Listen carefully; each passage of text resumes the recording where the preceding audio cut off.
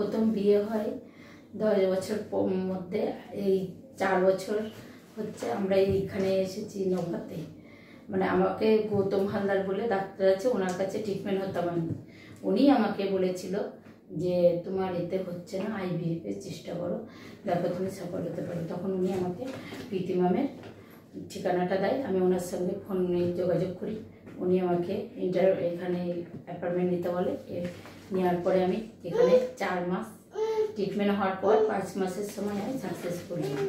দিয়ে আমার এই বেবি, এই একবারেই আমি কনফারেন্সে হয়েছি। কিন্তু এই যে জিনিসটা IVFটা হয়, এটা মোটিভেট মানে সবাই যেন যারা এখানে আসে ভাবে কখনো টেনশন হয় কি হবে না হবে, এরকম আমারও হয়েছিল যে আমি নিতে পারবো কি না, আমার হবে কি না, আমি কীভাবে মানে সাকসেস হব।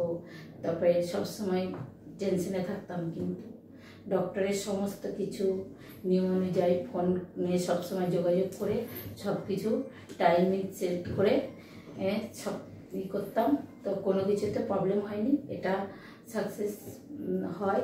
কখনো কখনো কারোর হয় না কোনো প্রবলেম, শরীরের দিকে প্রবলেম থাকলে হয় না, সেটা পরে ট্রিটমেন্ট হওয়ার পরে ঠিকঠাক হয়, ঠিকঠাক মতো করা যায়, মানে সেটা কোনো অসুবিধা না। ডাক্তারের সঙ্গে সবসময় যোগাযোগ রাখতাম।